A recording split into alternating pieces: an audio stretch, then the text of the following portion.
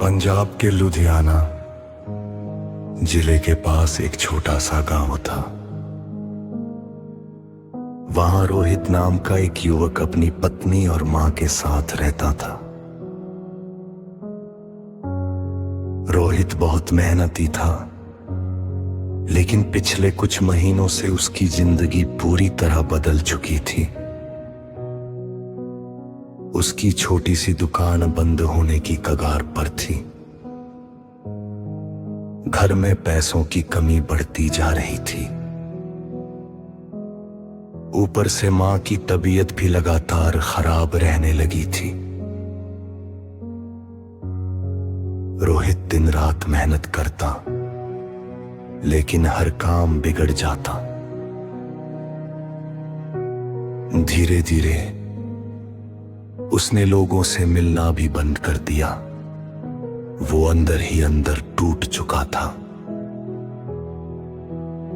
एक रात रोहित अपनी दुकान में अकेला बैठा रो रहा था। उसकी आंखों से आंसू रुक ही नहीं रहे थे। उसने आसमान की तरफ देखकर कहा, हे गुरुजी, अगर आप सच में अपने भक्तों की सुनते हो तो मेरी भी मदद कर दो। मैं अब हार चुका हूं।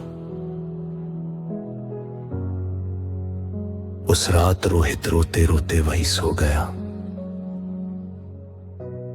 लेकिन आधी रात को उसे एक अजीब सपना दिखाई दिया।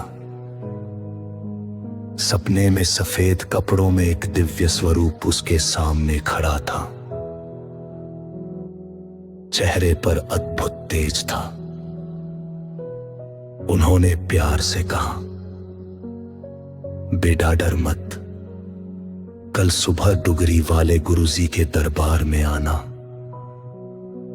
सब ठीक हो जाएगा। इतना कहकर वो स्वरूप गायब हो गया। सुबह होते ही रोहित के शरीर में एक अलग ही शांति थी। उसने तुरंत अपनी पत्नी को सपना बताया। पत्नी की आंखों में आंसू आ गए। उसने कहा, ये गुरुजी का संकेत है, हमें जरूर जाना चाहिए। अगले ही दिन पूरा परिवार डुगरी वाले गुरुजी के दरबार पहुंच गया। दरबार में कदम रखते ही रोहित की आंखों से आंसू बहने लगे।